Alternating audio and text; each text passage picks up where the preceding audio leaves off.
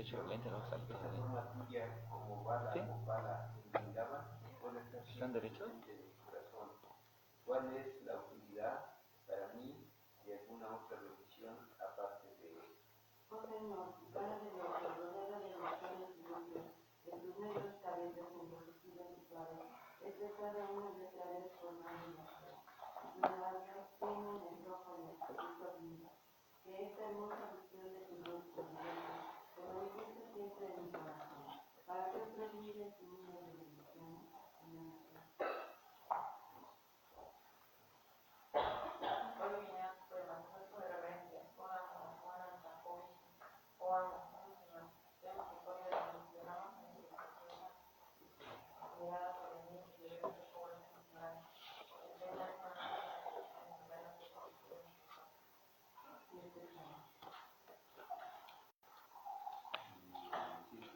Oh Señor, danos tal como los hijos de Judea, en la criba y en la cubana, fueron liberados de la maldición de Narada y convertidos en grandes devotos por ti. En tu forma de niño atado con una cuerda a un mortero de madera, de la misma manera, por favor, dame suprema paz. Únicamente requiero esto y no deseo ningún tipo de liberación. Oh Señor, damos en primer lugar, ofrezco mi reverencia a la brillante fuente de tu frente que hace la escritura. Seguidamente ofrezco mi reverencia a la escritura, que es la morada del universo entero. Me postro en un momento ante ti, bien amada Primati de Abraham, y te ofrezco todas mis reverencias a ti, supremo Señor, que manifiestas el tiempo ilimitado. Ya, siga mudar aquí.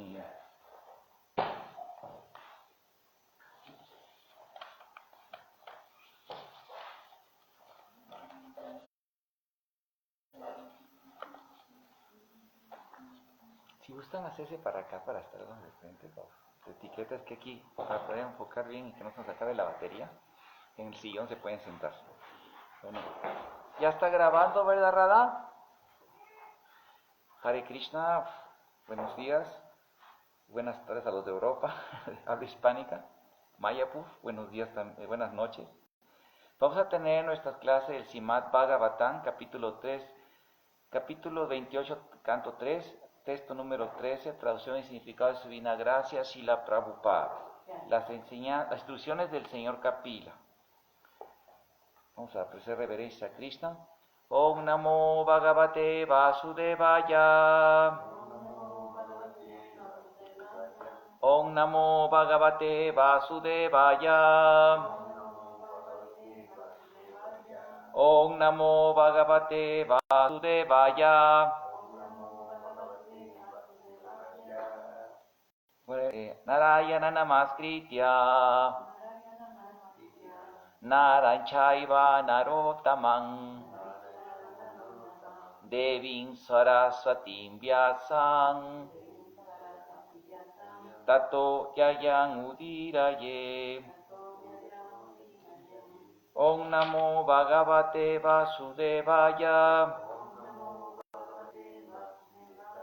Om Namo Bhagavate Vasudevaya.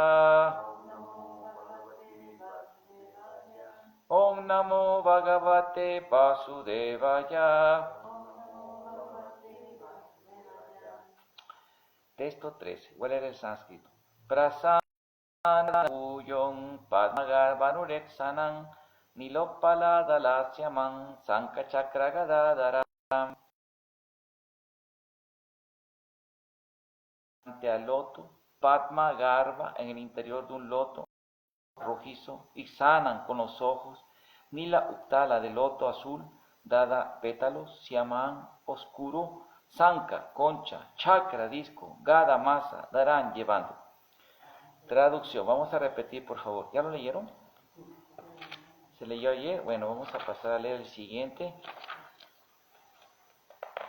Es el 14 sería. Muy bien. Laksa pankaya kinyalka pita kausaya vasasan sivaksa vaksanambraya kaustumuka kadararam. Una prenda brillante amarillenta como los filamentos. Vamos a repetir. Una prenda brillante amarillenta como los filamentos del loto. cubre sus caderas. En su pecho lleva, en su pecho, la marca de Sibaxa, un bucle de cabello blanco. De su cuello pende la brillante joya Kaustuba. Bueno, yo solo. Una prenda brillante amarillenta como los filamentos de loto cubre sus caderas. En su peso lleva la marca de Sibaxa, un bucle de cabello blanco. De su cuello prende la brillante joya Kaustuba. Significado de su divina gracia, Srila Prabhupada. Significado. El color exacto del vestido del Señor Supremo es el amarillo azafrán, como el del polen de las flores de loto. En este verso también se habla de la joya Kaustuba que lleva sobre su pecho. Su cuello está hermosamente adornado con joyas y perlas. El Señor goza de plenitud en 6 opulencias, una de las cuales es la riqueza, y se viste opulentamente con joyas valiosas que no se encuentran en el mundo material. Om Ayanati Mirandasya Yananjana Salakayam Chakshurum Militan Yena Tasmai Sri Gurave Namaha. Si Chaitanya Manovistam Estapitan Bhutale Swayam Rupa Karamahyan Dadati Swavadantikam Yaya Si Krishna Chaitanya Prabhu Nityananda Si Advaita Gadadhar Sivasadi Gaura Bhakta Vrinda Hare Krishna, Krishna Krishna, Hare Hare, Hare Rama, Rama Rama, Hare Hare. Mukhaṁ karoti vachalam pangulam gayante girinja kripatan aham bande siguru dinatarinam bhaktiacharyan kasalasila bhakti vedanta saranam sita sokyam si govinde paramasadanam bande hansi hridayananda devam. Bueno, aquí es muy importante que el Srimad Bhagavatam se le conoce como la ciencia suprema de Dios. La ciencia de Dios se le llama en términos de tanto el pensamiento filosófico occidental, se le llama la teología, teólogos, la ciencia de Dios. Y obviamente la teología que se conoce en Occidente principalmente es la cristiana. Y ahorita que hablamos de que una gran aportación que tiene la sabiduría del Bhagavatam y del Vaishnavismo en sí, especialmente el Bhagavataísmo o Krishnaísmo, que es la enseñanza, el Vaishnavismo específico de Krishna, que como hemos hablado en clases anteriores, los Bhagavatas, Vaishnavas, Pancharatras, ¿verdad?, que eran seguidores de Krishna, y los seguidores del Bhagavatam, y los Alvars en el sur de la India, todos ellos, ¿verdad?, que dejaron un legado enorme con los Sanjitas, los Pancharatas Sanjitas sobre Krishna y el Bhagavatam. Ahora bien, la gran aportación que tiene esta sabiduría es la revelación, desde el punto de vista teológico, de la forma de Dios y las diferentes expansiones que tiene Dios, manifestaciones de Dios. Cuando el ulema Chankasi habló con con Chaitanya Mahaprabhu, que es la más reciente avatar de Krishna, ahí viene su diálogo en el Chaitanya Charitamrita, le explica que el Corán define al Señor Supremo como de color oscuro, de color así, ¿verdad?, así como las nubes, parecido, ¿no?, así como las descripciones védicas, y que por lo tanto el Corán define a Krishna, y que la meta del Islam, según el Corán, es tener el amor y la devoción, la fe y la sumisión total en Dios, que eso se llama Saranam en sánscrito, la rendición total a Dios, que es la misma conclusión que da el Bhagavatam, Krishna en el Bhagavad Gita. Y también en los diálogos que hay entre los eruditos Vaishnavas contemporáneos, discípulos de Prabhupada, como con el rabino Chimel, Satya Ras Prabhu, con el doctor Harer, que es un doctor en teología, y otros así diálogos que ha habido, y estudios comparativos de las religiones. En la Biblia también se describe literalmente cuando Moisés subió al monte Sinaí, él vio los pies de Dios y vio su espalda, pero no pudo ver a Dios en su cara, pero vio que debajo de los pies de Dios se veía azulado, reflejaba su color azulado. Y el color azulado en el Señor Supremo, así. También en los hadiths, cuando los hadiths son los dichos de Mahoma compuestos por lo que escucharon sus discípulos.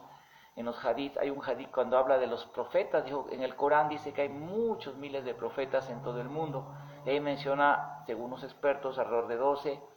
Y luego en el hadith dice que en la India el profeta se llamó Kana. Kana es un nombre de los que se llama Krishna también. Kana o Kanaya, ¿verdad? Es un nombre de Krishna. Kanu, de cuando era niño. Decían Kanu, que significa niño traviesito. Entonces, y que su color era negruzco, el profeta de la India, su tez era oscura. Y también es interesante cuando uno viene hace poquito que fue aniversario de la aparición de Santa Teresa de Ávila. Hay una revelación mística que ella tiene muy bonita, que dice, estando así en su trance místico, de repente vio un lugar muy hermoso, dice, muy bello, muy parecido, y vio un muchacho de tez azulada oscura, ¿no? Que estaba de doncellas hermosas, celestiales, ¿no? Y cuando yo vi esa visión, que era de exquisita hermosura, dice ella, ¿no? Y que cuando yo vi a este muchacho, dice, y vi todo eso, mi amor por Dios creció enormemente. Y Teresa de Ávila ya tenía trances estáticos como su maestro, que fue San Juan de la Cruz, muy parecidos a los Gaudiya Vaishnavas. Y tuvo una revelación así de Krishna. Entonces, el teísmo se define, como lo dice el doctor Gutiérrez Sáenz, que es un erudito de la UNAM en filosofía, que cuando se acepta al Dios personal que da una revelación al hombre, que da un conocimiento al hombre, ¿no? Es teísmo. Entonces, el teísmo Vaishnava, que es la esencia y la conclusión de toda la sabiduría védica, el Vaishnavismo, ¿no? Como dice Bhaktivinoda Thakur, otro también erudito que les tocó el diálogo ya con los misioneros cristianos y los eruditos cristianos así convertidos al cristianismo, hindúes así irracionalistas aparte de todo. En esos diálogos se le explica en varios libros ese diálogo, ¿no? Interreligioso, y ahora más se ha hecho, ¿no? Y también el Vaticano, desde el Concilio Vaticano II, ¿verdad? Declararon el respeto a toda religión, a ver con simpatía a otras religiones, el tener tolerancia y evitar la discriminación religiosa, ¿no? Y todos los papas desde ese entonces para acá buscan el respeto con las otras religiones, lo que se llama el diálogo interreligioso. Y hay asociaciones, a mí me han invitado a congresos, como ¿cómo se llama? El Instituto Ecuménico de México, a congresos, me han invitado en la UNAM y otras universidades así, a participar en esos eventos con eruditos, ¿no? Hay páginas. Claro, aquí voy a hablar una cosa muy interesante, que quiero aprovechar esta clase, aunque sea muy resumido, porque voy a hacer una ponencia sobre esto, ya con videoconferencia, con mi apoyo de diapositivas.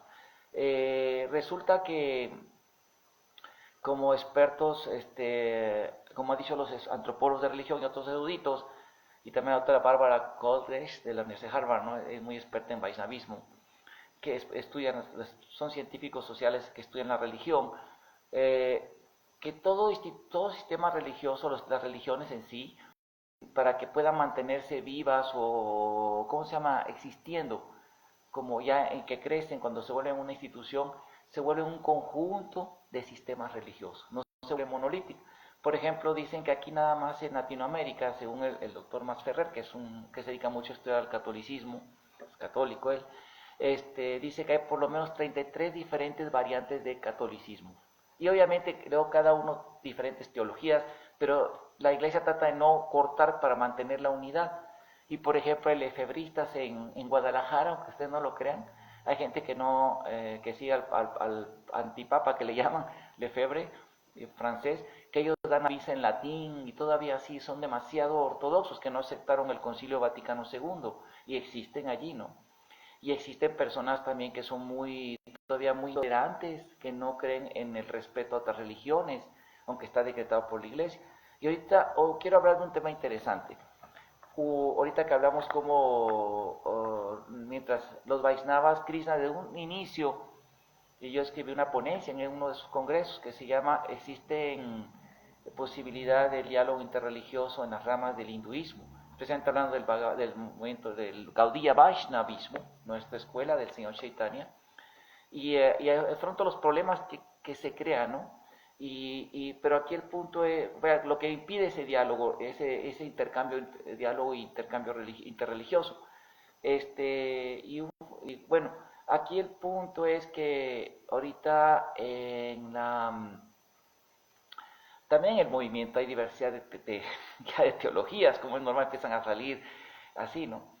Pero resulta que quiero hablar ahorita, enfatizarme dos puntos muy importantes. Uno, hay un gran revuelo porque el Papa Francisco, su santidad el Papa Francisco, que es muy respetuoso con todas las religiones y todo, pero digamos que como que muchos están muy molestos en el Vaticano, según lo que dicen en sus mismos videos y sus canales de noticias, un poco como que creó un cisma o sacudió a la comunidad católica porque declaró dos cosas interesantes.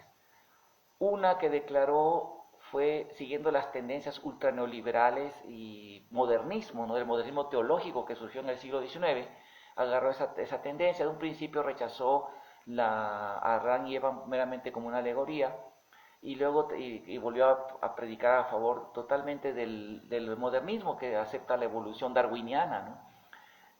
Cosa que Ratzinger, el padre Ratzinger, en la Enciclopedia Católica, después de leer el libro de Forgiven Archaeology, dijo que efectivamente hay mucha evidencia que la evolución no es una teoría comprobada, es una teoría, y que bueno, ya queda en cada quien, pero él sí fue de la postura totalmente, digamos, modernista, y también dijo que los infiernos no existían, que era algo simbólico, y también dijo que estaba bien lo del matrimonio gay en las uniones civiles, estaba perfecto. Y eso creó una sacudida muy grande, porque en la iglesia hay, y también el Dalai Lama anda predicando así, que es la influencia de la ideología de género, ¿no?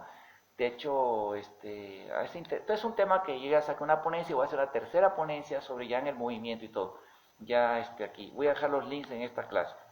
Pero hay un erudito que es católico argentino que vive en Canadá, le voy a poner por nombre Saulo, así, porque Saulo, por no decir su nombre todavía, es Saulo de Tarso, que luego San Pablo, ¿verdad? Hablando respetuosamente de él. Él primero un intolerante con los primeros cristianos, ¿no? Él perseguía a los cristianos, o sea, mataba a los cristianos, hasta que quedó solo en una parte que no tenía ni agua y cayó una fiebre enorme y tuvo una visión de Cristo que lo hizo cambiar, una visión, ¿no? Y cambió, y esa intolerancia la transmitió luego al cristianismo, porque según los expertos, Jesús, mismo que pasó en Samaria, en lugares donde no eran otras religiones, nunca atacó otras religiones. A lo mucho, dicen los expertos, criticó a los fariseos diciéndole hipócritas. Hipócritas significa no que practican una religión falsa, sino que engañan, que no son genuinos en seguir la religión y estafan. Así dijo. Jesús nunca habló mal contra otras religiones. Pero el señor Pablo de Tarso sí fue muy intolerante cuando llegó el cristianismo a Grecia. Y ahí empezó a decir que las otras religiones eran falsas, que los dioses eran falsos, su historia era falsa. Y utilizaron los cristianos el término mitología asociándolo con lo falso, a partir de eso. Porque los griegos utilizan la palabra mitología como antiguo relato, no como algo ficticio. Pero para ellos así.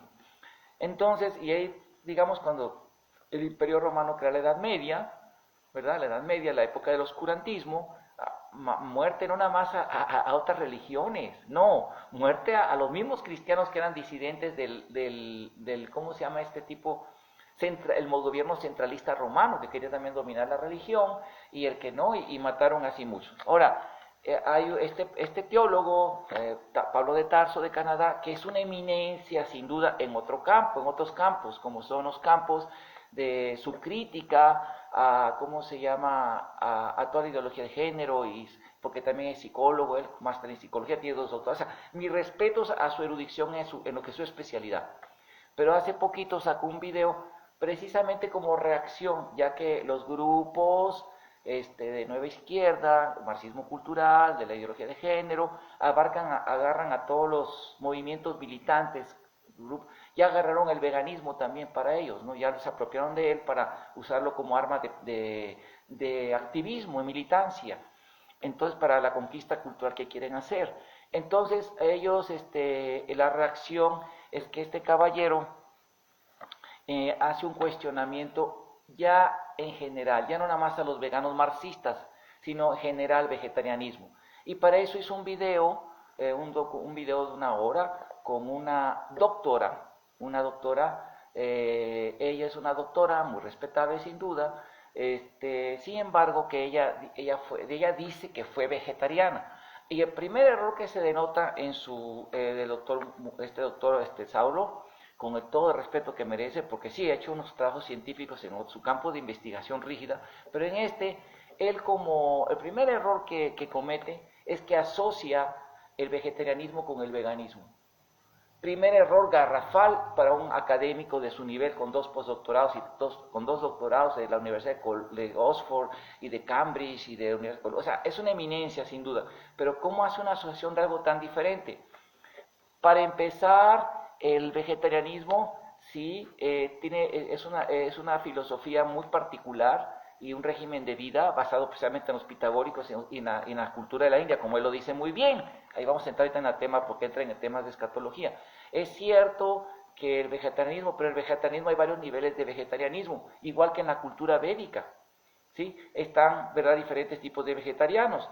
Están los lactovegetarianos, los ovo-lactovegetarianos, están los cuasi vegetarianos que comen nada más carnes blancas, muy poquito, están los que nada más comen pescado, ¿verdad?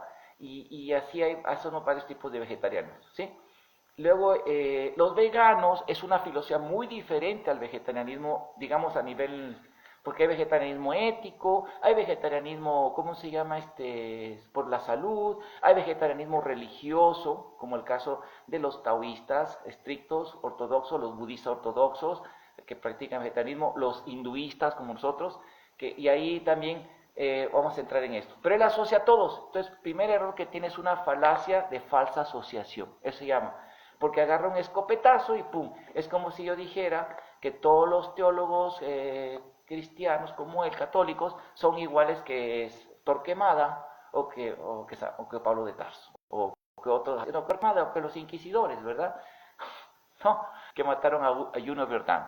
Luego el siguiente error interesante que hace el doctor Saulo, de Canadá, de Argentina y de Canadá, el siguiente error que comete es que ataca la reencarnación directamente yendo a la cultura védica, al hinduismo, a nuestra tradición religiosa.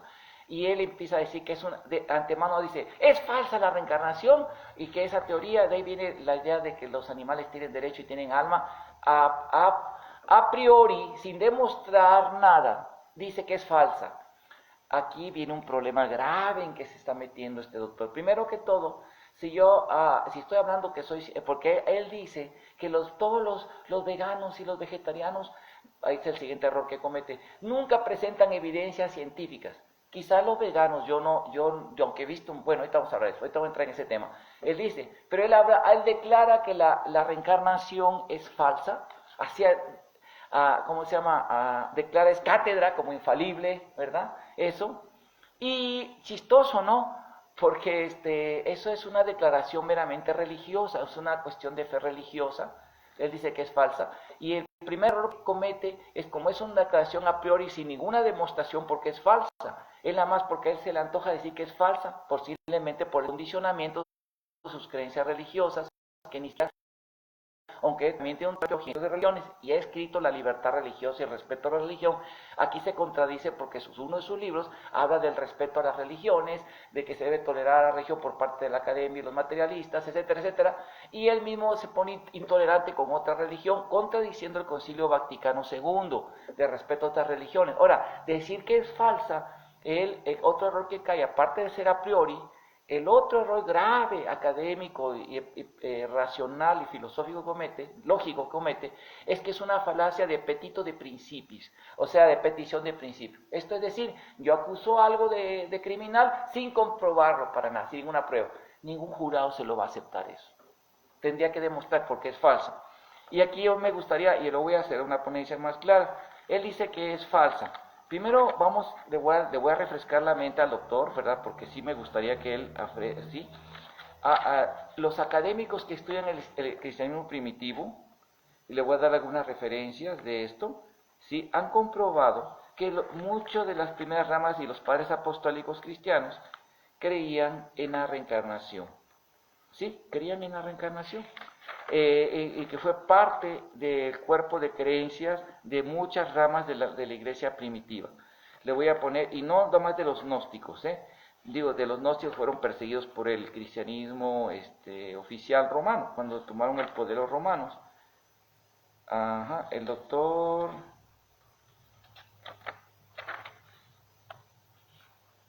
Vamos a buscarlo. Es un doctor que es de la Universidad de la UCLA en estudios de religión. El apellido MacGregor, el doctor MacGregor. Ahorita le voy a dar la cita a él para que él debe estudiarlo, por si no lo es, que dudo que no lo haya estudiado. Pero bueno, el doctor MacGregor Guides, Reincarnation in Christianity, a New Vision of the Role of Rebirth in Christian Thought, Quest Books, paperback, marzo 9 de 1990. Él explica y saca muchas citas de la referencia de los antiguos textos de la tradición de los escritores, ¿sí? Entre ellos el más grande teólogo reconocido que defendió el cristianismo intelectualmente en la iglesia fue Orígenes. Y Orígenes, en su libro de Principios, ¿sí? También establece cómo existe la reencarnación. ¿Sí? Y Orígenes, como también los eruditos lo han comprobado, fue el discípulo de San Mateo, que no eran gnósticos y aprendieron directamente de las personas, el autor de los evangelios, y de Santiago, que estuvo directamente con Jesús, y él aprendió de ellos, ¿sí? Y él aprendió mucha información de ellos directo, y él a favor completamente de la reencarnación. En el principio se dice que las almas dejan sus alas celestiales para caer primero como hombre, luego como bestia, luego se van degradando a la vida animal en el ciclo hasta que vuelven a elevarse. También hay muchas cartas de los primeros apologetas cristianos, cuando ya se hicieron a favor del régimen romano, del reino del emperador romano, cuando ya se vendieron al poder romano, que criticaban y dicen, como hay cartas de las cartas de San Jerónimo, vienen en la Enciclopedia Británica, para que el doctor las pueda checar, porque habla muy bien español, es su lengua madre. Explica que lamentaba cómo las iglesias de Antioquía, las iglesias de Egipto, las coptas y otras iglesias creían en la reencarnación y sabía si era parte de sus creencias. Entonces, ¿cómo está eso? Sí, así es. Y el rechazo, como lo explican los eruditos, a la reencarnación vino cuando Justiniano, el emperador Justiniano del siglo 500 rechazó la preexistencia, porque literalmente no mencionó la reencarnación. Y condenó la persistencia de las almas, que también viene en la Biblia, como dicen los expertos también en eso. Además, ¿cómo se llama? Otro error grave de que los cristianos también creyeron en la reencarnación, y era parte de las formas más primitivas del cristianismo, la teología de la reencarnación. Origen no fue gnóstico. Y ¿cómo se llama? Estos asuntos también, que en los mismos evangelios también se hace mención de la reencarnación, porque según los expertos como MacGregor y otros, han sacado datos de los documentos de los concilios que hubo, de que hubo los revisadores, había unos que se llaman los revisadores, que eran los que componían la Biblia, y que provienen del emperador romano, Justiniano, y antes de él el otro Constantino, ¿sí? Que fue el emperador, si no me equivoco, el primer emperador, ¿sí? El primer emperador, en el concilio antes del concilio de Nicea, en el concilio de Constantino, antes en el de Nicea, ¿sí? Este emperador, aquí dice, fue el que, ¿cómo se llama? Fue primero un emperador.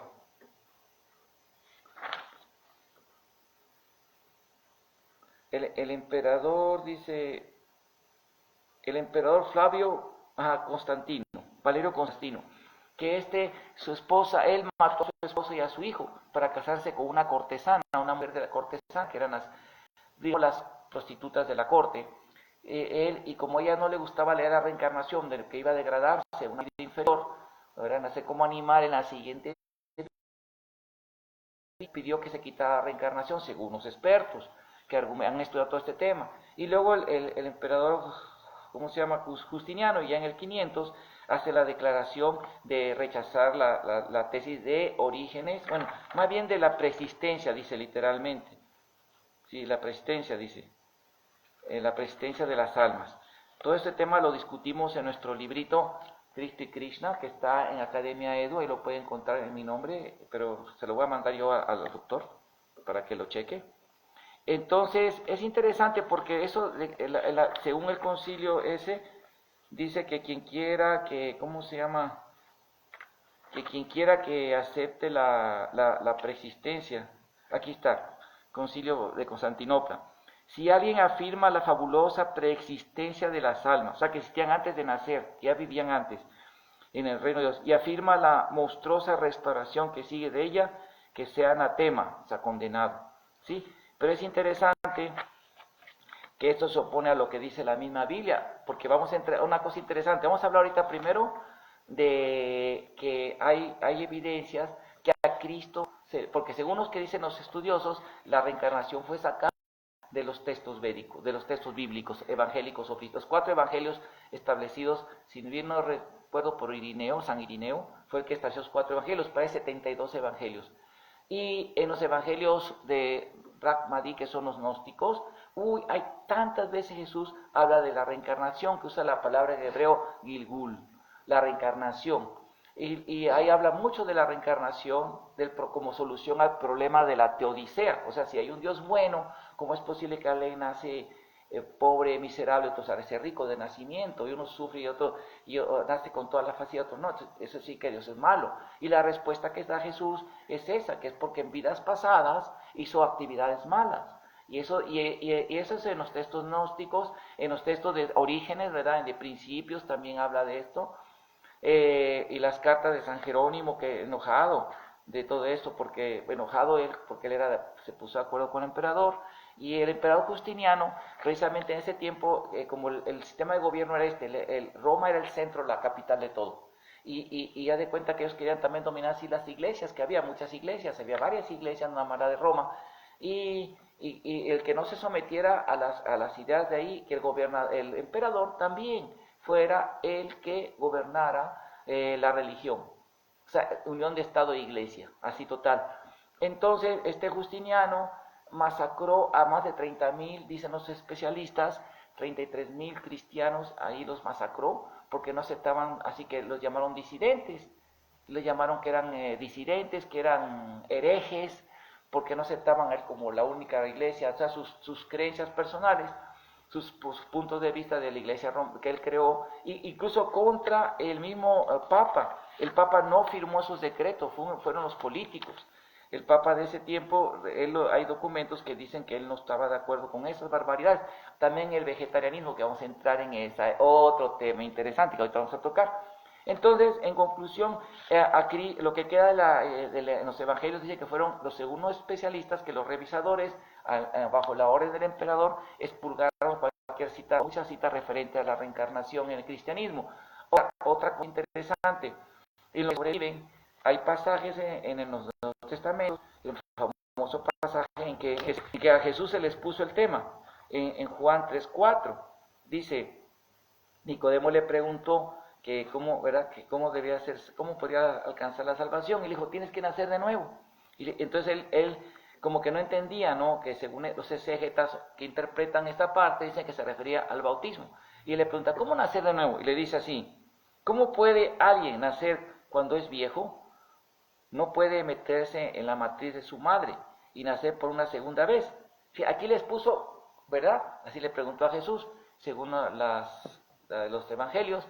Y Jesús, ¿qué dijo? Ahí era el momento, si hubiera sido falsa la reencarnación, Jesús dijo, estás hablando tonterías, está falsa. No, Jesús no dijo que era falsa, le dijo, mira, tienes que nacer de nuevo, o sea, no le contestó negando la reencarnación, porque se la expuso, y él dijo, que tienes que nacer ¿verdad?, en agua y espíritu. Y luego le dijo así muy claramente: de cierto te digo, que si uno naciera de agua y espíritu, no puede entrar al reino de Dios. Lo que es nacido de la carne, carne es, y lo que es nacido del espíritu, espíritu es. No te maravilles de que te dije, os es necesario nacer de nuevo. El viento sopla de donde quiera y oyes su sonido, mas si no sabes de dónde viene ni dónde va, así todo aquel que es nacido del espíritu. Vamos a comparar con Krishna, capítulo 15, verso 8 del Bhagavad Gita. El alma que se halla en el mundo material lleva de un cuerpo a otro sus diferentes concesiones de la vida, tal como el viento transporta las aromas, así pues ella adopta un tipo de cuerpo y de nuevo lo deja. Y Jesús le dijo, pero Nicodemo dijo, ¿cómo puede hacerse esto? Y respondió Jesús, ¿eres un maestro de Israel y no sabes esto? Le dice, de cierto te digo que lo que sabemos hablamos y de lo que hemos visto testificamos y no recibía nuestro testimonio. No recibís nuestro testimonio. Si os he dicho cosas temporales, estamos hablando de cosas temporales, terrenales, o sea, la reencarnación, un fenómeno aquí en la tierra, y no crees, ¿cómo creerás las cosas celestiales? Ahora, es interesante esto, porque también Jesús, aparte que dijo que no era cierto, él le sembró la duda, el beneficio de la duda, y es interesante que cuando le preguntan de Juan el Bautista, Jesús le dijo que ya había nacido y que ese era, de Elías, ¿qué iba a nacer? Le preguntaban, sí, pero que ese fue Juan el Bautista, había nacido como Elías y que lo habían matado. Y ¿cómo se llama? Y es interesante todo esto porque, ¿cómo se llama? Los judíos tienen varias, digamos, los sabios judíos, tienen varios, digamos, niveles de sabiduría. Y en la parte más elevada, como dice el rabino Chimel, ¿verdad?, que el rabino Chimel es uno de los más grandes autoridades ahorita en el judaísmo, que ya cuando tiene muchos años leyendo el Talmud, los rabáis estudian la Cábala. Y en la Cábala, en el Zohar, está lleno de descripciones de la reencarnación. Y hay muchos textos así, ¿verdad?, especializados en todo eso. Y por ejemplo, la preexistencia, aquí dice en Jeremías 1:5, antes de que yo te formara en el vientre te conocí, antes de que nacieras te santifiqué y te presenté ante las naciones como mi profeta. O sea que ahí le está hablando el Señor Supremo, a este profeta, de que uno no existe antes que el reino de Dios. En fin, es un detalle, hay que muchos detalles, pero está el Ari de los comentaristas, el Ari, el Saharji Gangilum, ¿verdad?, de varios eruditos rabis, todos ellos hablan de la reencarnación. Y los hasídicos y los cabalistas judíos, eso es parte de la sabiduría, no del judaísmo popular, sino de la sabiduría más elevada de los doctores judíos. Ahora, otro error gravísimo que comete el señor Pablo, que es otro error que quiero tocar, el doctor Saulo, es que dice él que el vegetarianismo no es ninguna prueba científica. Híjole, así de veras, lamento mucho, de veras me da mucha pena. Yo sería feliz, si, es una broma, ¿no?, que se comprobara que estoy equivocado. Pero lamentablemente le voy a dar referencias de los más destacados trabajos científicos. Hay muchos, ¿sí? Hay tantos trabajos científicos. Quizás con los veganos que él ha hablado nunca le presentan pruebas científicas, sino recurren a su ideología, a su filosofía, ¿no? Que el especialismo y que los pobres vaquitas y los animalitos, ya los conocemos, son muy sentimentales. Bueno, los que he hablado no me dan buenas bases. Pero, y es cierto que hay teólogos, hay eruditos filósofos marxistas que tienen filósofos veganos que hacen libros sobre eso así. Pero aquí la cuestión es que dicen que no son científicos. La prueba está que la doctora Francis Moore Lappé en 1983-84 sacó su famoso libro de la Universidad de Berkeley, Dieta para un pequeño planeta. Ya está en español, está en inglés, lo puede checar, Francis Moore Lappé. ¿Sí? Ella fue profesora especialista en alimentación, nutrición y todo eso. Y ahí da las pruebas. Sus estudios la llevan a comprobar desde la fisiología del cuerpo, cómo es idéntica a los animales que no comen carne, nuestra dentadura, nuestro pH de saliva, nuestro ácido clorhídrico, el tamaño de nuestro intestino, los poros que no tienen los animales omnívoros o carnívoros. No, los animales que no, o sea, nuestra dentadura, la falta de visión nocturna, el estilo de persecución. Nuestro cuerpo no está hecho para consumir carne. También los estudios científicos del doctor Vic Sussman, de la Universidad de Michigan, la alternativa vegetariana, también a fines de los 80s, sí, casi a fines de los 80s. Otro trabajo que presenta toda la evidencia científica de todo eso. Y hay muchos trabajos, ¿sí? Y que también muchos trabajos que las personas vegetarianas tienen mejor salud, ¿sí? Así, o sea, ¿cómo es posible que una persona con 2 postdoctorados pueda afirmar esas cosas, ¿no? O sea, eso es apetito de principio y completamente hablando desinformación, porque no tiene ninguna evidencia, está hablando información falsa. Y qué pena, ¿verdad? Y otro problema interesante de esto, que quiero aquí tocar, es que usa a la doctora. Una doctora que dice que fue por muchos años vegetariana, no sé cuánto, no da, ella no da ahí ninguna, tampoco. Yo también puedo decir ahorita que yo fui, no sé, que yo fui X o Y, pero tengo que mostrar evidencia de que yo fui esa persona. Ella no da ninguna evidencia. Ella dice que fue y además no presenta pruebas científicas de nada. ¿Sí?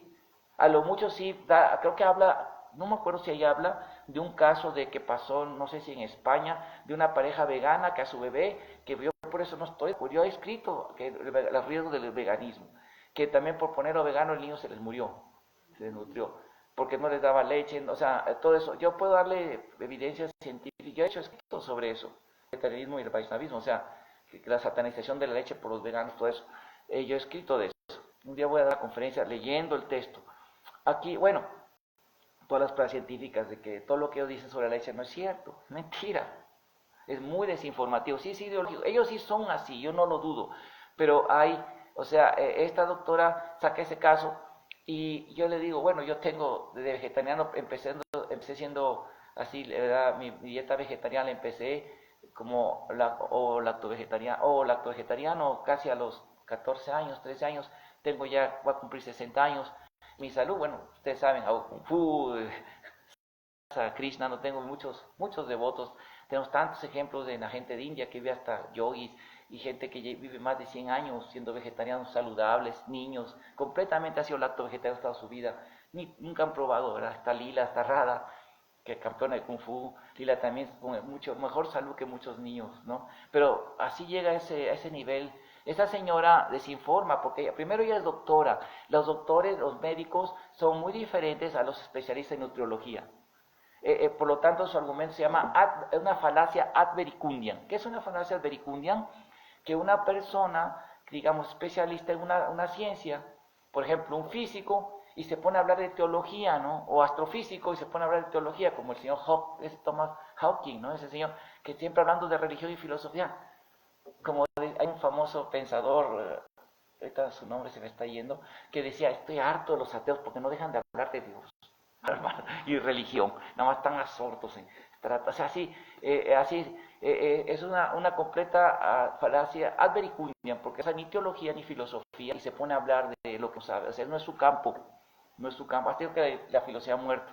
Imagínense, o sea, ¿a qué necedad? Cuando incluso la astrofísica, como dicen muchos expertos, ¿quién ha podido ver el origen del universo? ¿Se puede observar? ¿Se puede viajar a los fines del universo y ver qué hay más allá? Observar, es un experimento de observaciones para aclarar o el ateísmo, ¿no? Se requiere ser un ser omnisciente, porque ¿quién ha ido para decir, como dicen los agnósticos, es una postura de creencia religiosa más que negativa? ¿Sí? Pero luego entramos en ese tema. Así, esa señora es una doctora. Segundo punto, es una médico. ¿Cómo se llama? Ignora toda la evidencia científica a favor y otro problema grave que ella padece. Si ella realmente fue vegetariana, como ella dijo, si realmente fue militante, no sé qué tipo de vegetariano, porque como le digo, hay vegetarianos de diferentes tipos. Mismo en la cultura védica hay también niveles de vegetarianismo. Por ejemplo, la gente que no puede dejar de comer carne, se le permitía comer animales inferiores, como cabras, ¿verdad? Las cabras las ofrecían, hacían una ceremonia ritual y ofrecían cabras a la diosa Kali. Animales así inferiores podían comer una vez al mes, era la regla, así, ¿no? O ciertos animales que se mataban en las cacerías que hacían los kshatriyas, algunos los ofrecían en yagyas y se los comía la gente que es así, ¿no? O pescado, así se les daba a cierto nivel. Pero el problema con la doctora es el problema con la doctora. que otro problema grave es que ella no da ninguna evidencia científica, solo su coraje, su rechazo, su odio contra el vegetarianismo. Y otra cosa interesante de esta doctora, que hay un fenómeno que se llama el fenómeno de la apostasía. Cuando una persona, ¿qué es la apostasía? Hay apostasía política, hay apostasía ideológica, hay apostasía religiosa. Generalmente es el fenómeno de la religión, pero también pasa eso. Cuando una persona se enamora mucho con una idea, se casa y se enamora, tiene un romance así con mucha fuerza. Si tiene algún problema, no sé, con algunas de las personas de allí y se decepciona, dicen, y se vuelve antagónica a eso. Es como, por ejemplo, pasa como una forma de defender que ella estuvo mal, en lugar de reconocer que estuvo mal, es atacar aquello que ella... Y eso pasa mucho en los grupos religiosos, los apóstatas, también en los políticos y también en los ideológicos, en grupos que toman con mucha pasión, ¿no? Como pasa con los veganos y así, ¿no? Que se vuelven fanáticos de eso. Entonces, por algún problema que tuvo, no sé, ella dice de salud, ¿no? Hay que ver qué edad tiene, porque a veces los problemas de menopausia se pueden confundir, ¿verdad? Porque la menopausia es una desestabilización muy grande en las damas, muy fuerte. Entonces, ¿quién sabe qué problemas tuvo ella, no? La cuestión es esta, que una persona que es apóstata se vuelve enemiga, como ella se llama, enemiga antagónica, una ideología que practicó por muchos años.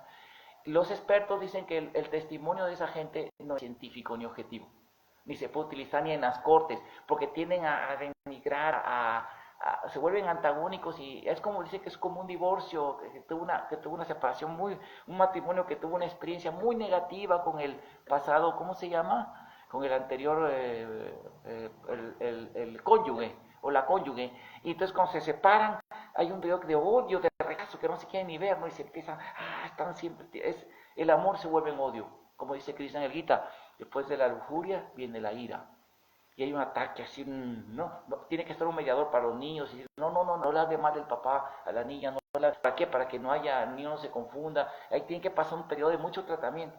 Así le pasa a estas personas. Hay muchos trabajos de los especialistas en la cuestión del fenómeno apostático. Es un fenómeno social y esta persona manifiesta eso. Por lo tanto, sus declaraciones no son objetivas. Es un programa de desinformación. Y aparte, para terminar, en cuanto al vegetarianismo, quiero hablar de esto. En las enseñanzas de Krishna del vegetarianismo es muy explícito, ¿no? Habla en varias partes. Krishna es algo en la cultura védica. El acto vegetarianismo, ¿sí? Y también digo a la gente que comía carne, se permitían cierto tipo de carnes, ¿no? Pero vamos a hablar un poquito, las enseñanzas de Krishna del vegetarianismo son muy especiales, pero en cuanto al cristianismo, hay dos trabajos muy interesantes sobre esto, o sea, por favor, es católico y dos doctorados y no saber cosas tan básicas. Yo le invitaría a leer al doctor Saulo, de Canadá, más ahora que de Argentina, que estudie muy bien ¿cómo se llama? El libro, ¿cómo se llama? Indiarca di Nui, en italiano, porque hablamos idioma, está en italiano, ahorita, ¿de quién? ¿Cómo se llama? Del famoso hay un doctor, un gran erudito teólogo católico de la parroquia de San Juan de los Florentinos, ahí del Vaticano. Él, que era muy querido por Juan Pablo II, es una persona muy buen señor. Aquí está, le voy a dar el dato. Se llama Cascianti, padre Mario Cascianti, que ya partió, párroco de la Iglesia Romana de San Juan de los Florentinos, teólogo, filósofo, exégeta, biblista y prelado. Monseñor Casciani murió en el 2007. En su libro Indiarca de Noé, ¿sí? Él comprueba con datos de los documentos sacados del Vaticano, del cristianismo primitivo, que los apóstoles y Jesús y los primeros cristianos eran vegetarianos, y que la Biblia es la dieta original del vegetarianismo. En el Arca de Noé también puede leer Food for Spirit de Steven Rosen, lo puede conseguir ahí también muy fácil por Amazon. Food for Spirit, ahí viene todo, un resumen de lo que el doctor Casciani, pero el teólogo, el padre Casciani, ahí comprobó él la importancia de la teología moral para los animales. No viene del marxismo, viene de ellos primero, antes que los marxistas, porque como él mismo lo dice en esa ponencia, los marxistas se reían de los veganos, Engels se reía de los vegetarianos. Entonces ahí viene todo eso, ¿no? Entonces, y otro trabajo interesantísimo que lo hizo también una persona muy eminente, fue un texto del Mar Muerto traducido por Ok.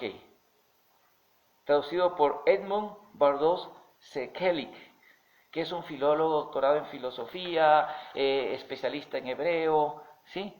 Fue profesor de la Universidad de París, de la Universidad de Viena, y terminó, también psicólogo, ¿verdad? Psicología experimental, Universidad de Boleal, en Rumania, ¿sí? Este profesor tradujo se llama el Evangelio de la Salud, el Evangelio de la Paz, y ahí Jesús Cristo la explica. Voy a poner esta parte, un poquito de esta parte que yo puse aquí en el libro de la comparación entre Cristo y Krishna, que dice: Dios ordenó a vuestros ancestros, no matarás, pero su corazón estaba endurecido y mataron. Entonces Moisés deseó que por lo menos no matasen hombres y les permitió matar a los animales. Entonces el corazón de vuestros antepasados se endureció más aún y mataron a hombres y animales por igual.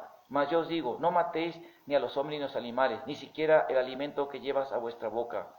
Pues si coméis alimento vivo, el mismo os vivificará. Si matáis vuestro alimento, ¿verdad?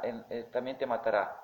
O sea, Jesús ahí da toda una base de hecho, Annie Besant,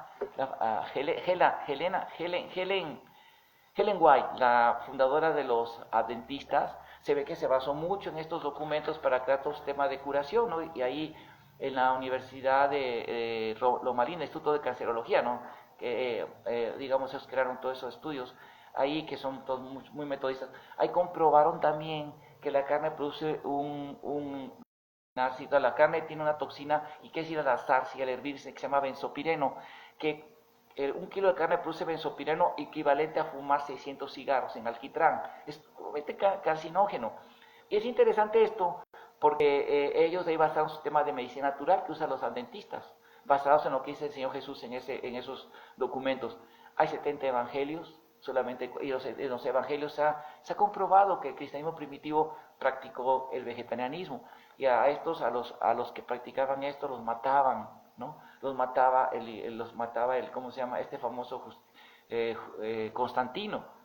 Justiniano, perdón, fue el que los mandó a matar 33,000 por ser vegetarianos.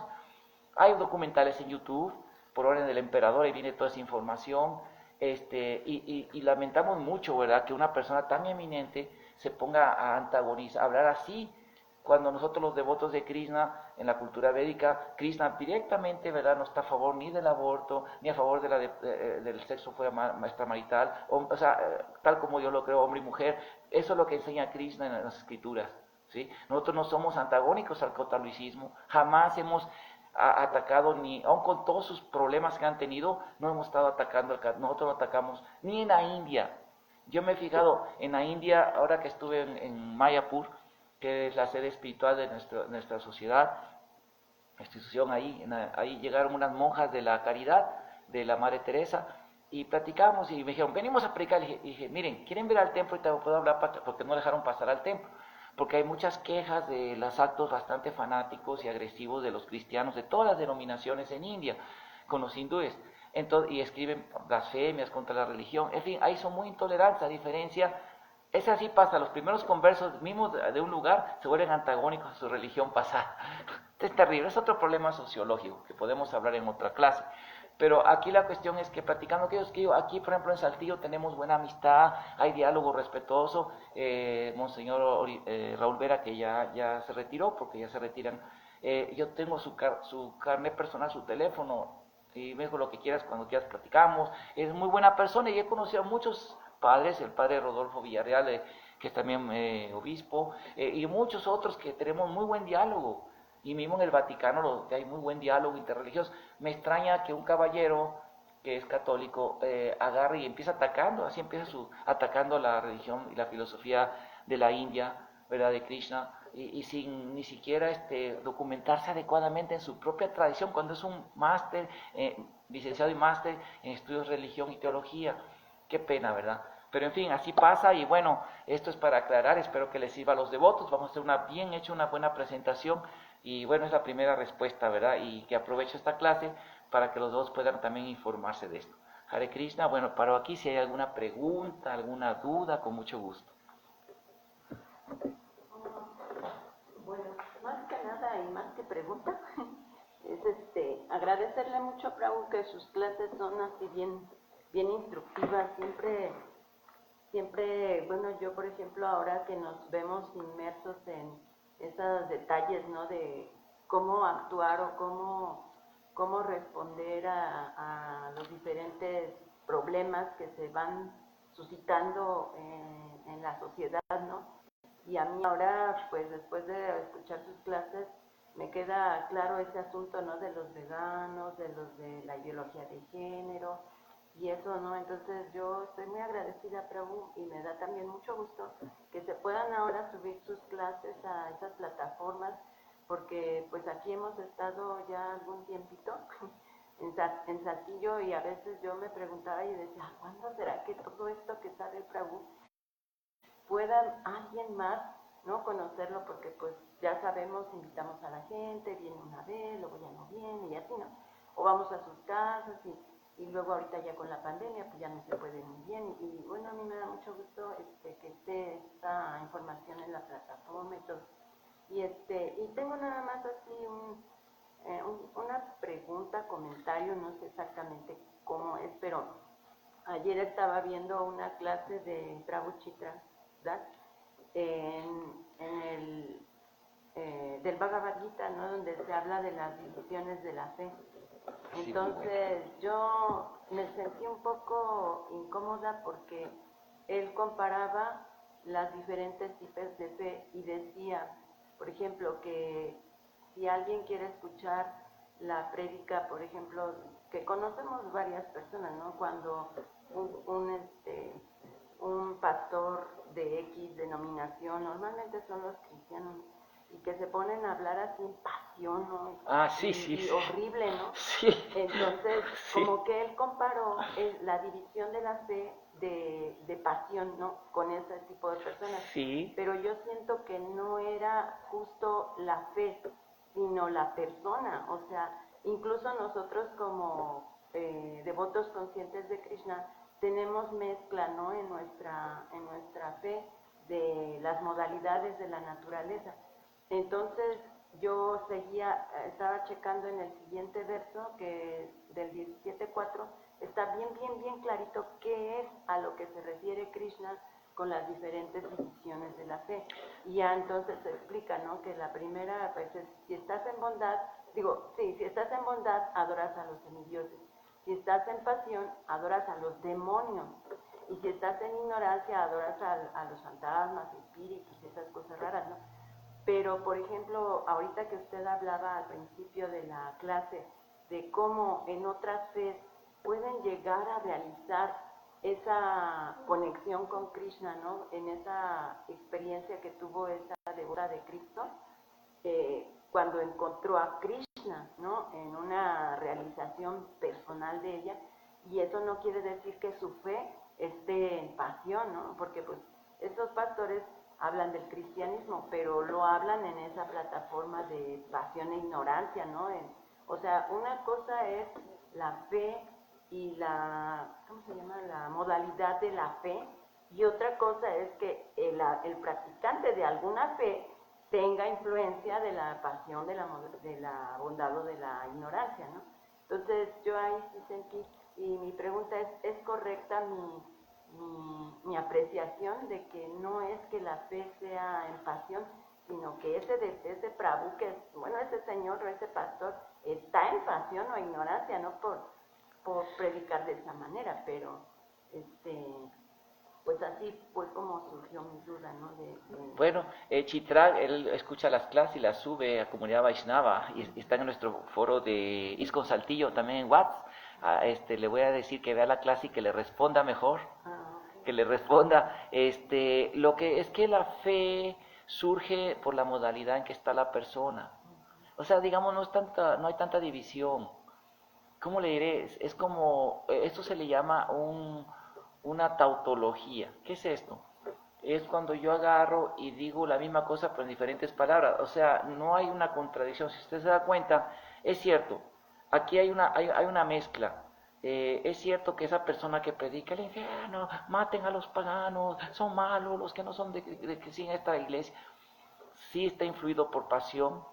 Definitivamente esa predica el infierno y que predican puramente así como demonios malos, así es una persona un poquito en pasión, esa intolerancia, ¿no? Y gritar así con mucha pasión, sí es pasión definitivamente, pero en este caso es aplicada a una fe o un tipo de adoración que es más en bondad, que en este caso el cristianismo, que el Cristo, el Señor Jesucristo, o sea, más en bondad. Pero ellos lo toman, su modalidad de la pasión, los lleva a tener una fe así apasionada, aunque no adoran no son como, por ejemplo, a una persona azúrica, pero hay religiones también cristianas que adoran a gente que ha sido comportamiento azúrico, aunque usen a Dios, como los cults, ¿no? Y por ejemplo, muchos líderes religiosos que ahora salen que hacían perversiones, pero y cuando les preguntan a los seguidores, no, eso es desinformación, eso es mentira, él es un santo. Me acuerdo el día que me lo bañé, ay Dios, así dicen los que sí, lo bañaron, ¿no ves lo que te está haciendo esa persona? La gente son seguidores ciegos, ¿no? O un ejemplo, le voy a decir, que se ve. Mi maestro espiritual, lo voy a aprovechar para decirlo, ¿no? Mi gurú, él siempre, yo veo que no pasa a decir que los devotos, mis discípulos, sean adultos, usen el cerebro, busquen, cuestionen cosas. Prabhupada, cuando habla cosas de, por ejemplo, del mundo material, no es infalible como cuando habla el Siddhanta, que eso significa la perfección de devoto puro. Lo dice, y las preguntas son, Gurudev, lo que dice está perfecto todo, pero en otras cosas sociales que también él dice que tenemos que analizar y cuestionar, ponerlo en la mesa de discusión, de análisis. No, ellos todos también son seguidores así, fáticos. Y esa es una fe claro que es para Krishna y es bueno, porque ser antagónico al guru es otro error. No, yo estoy diciendo que el mismo guru dice que no seamos seguidores ciegos, pocas palabras, que analicemos, que estudiemos las escrituras, que veamos, que pongamos en la tela de la criba del razonamiento, que eso dice Krishna Buddhi, la fe con inteligencia. Mismo las declaraciones de él mismo, o sea, en algunos aspectos que se tienen que analizar bien. Y eso es lo que yo veo que no sigue muchos discípulos. También la gente, como que no apagan su cerebro, como le dice, no apaguen su cerebro, que solamente uno habla y todos apagan el cerebro. No, cuestionen, razonen, investiguen las escrituras. Bueno, ahora, aquí el caso de Prabhu, esa asociación que él hace, digamos que sí, yo lo que veo, lo que comprendo es que sí esa gente maneja está muy en pasión, y por lo tanto su fe está, aunque está dirigida a una religión en bondad, está muy cargada de pasión, porque la pasión pura, o sea, está contaminada, bondad con pasión, porque la pasión pura es como la gente que adora, por ejemplo, a políticos, que hacen religiones seculares, ¿no? Como esos cults, ¿no? Que dicen que si va a haber un tipo que dice que es Jesucristo y tiene seguidores, ya lo anda persiguiendo el gobierno porque ya los quieren meter a la cárcel, que tiene seguidores y la gente fanática lo cree, ¿no? O sea, Jesucristo, mi respeto, ¿no? Pero vean que no es cierto, pero hay gente fanática así, y eso es azúrico decir que yo soy Dios, o otros en India que porque cierto yogi, cierto tántrico, porque era tántrico, se comprobó que era tántrico, hacía cultos tántricos, con cosas muy feas con niños, utilizaba su semen para hacer cultos tántricos, tener poderes místicos, y tenía practicidad, agarraba cosas, traía cosas de otro lado, y la gente que es avatar. Y eso es asura porque ponen fotos de él como Krishna, decía que era Krishna, o sea, eso es ofensivísimo, es asura, pero dentro de una religión védica. Entonces pasa en todos lados, ¿no? Entonces pasa en todos lados. Entonces, pero vamos a dejar que Chitral Prabhu conteste la pregunta. Ahorita le mandamos el mensajito, porque hay una pregunta para él y él que le diga su posición. Pero lo que a mí me gusta más de su posición, está muy correcta el analizar, mismo lo que yo diga, por favor. Yo siempre, y a mí me lo enseñaron mismo en la universidad, en mi clase de metodología, que uno diga, yo estoy en la mejor disposición, que se comprueben que me equivoco. Muéstreme, no con ataques ad hominem, muestren las evidencias y yo estoy dispuesto a verdad, que me comprueben cuando que estoy en un error para yo corregirlo, porque así voy a avanzar, no se voy a cerrar. No. Y bueno, este ensayo que escribí, que ya tiene más de casi 700 visitas en Academia Edu, me han escrito muchos así, varios eruditos que les gustó muchísimo, Cristo y Krishna, ¿sí? Me han escrito la gente, vaya, que les ha gustado mucho. Muéstreme los errores, yo espero una respuesta exegética, bíblica, alguien que muestre que estoy equivocado, me voy a iluminar, no digo, y yo entonces lo corregiría con mucho gusto, o cualquier otro de mis ponencias las corrijo, porque sería mucha arrogancia que me refuten algo tan obvio, que me la regué, metí las 20 uñas, a las 4 patas ahí. La regué y no acepte que me equivoqué, ¿verdad? Y a mí lo que me gustó de su pregunta es que está cuestionando. Creo que eso es algo muy bueno que Prabhupada quería, que los devotos sean brahmanas, inteligentes, que analicen las cosas, ¿verdad? ¿Alguna otra preguntita? Y gracias por el halago, madre. Muchas gracias. Me siento muy inspirado con sus palabras. Me inspira mucho. Al contrario, Prabhu, gracias. Ya. Bueno, vamos a parar aquí. Muchas gracias a todos. Todas las glorias a Srila Prabhupada.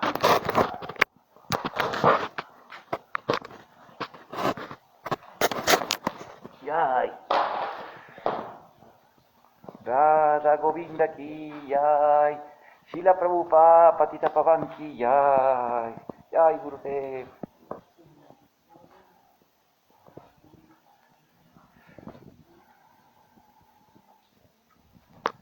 Radha Govinda y Consaltillo ki yay.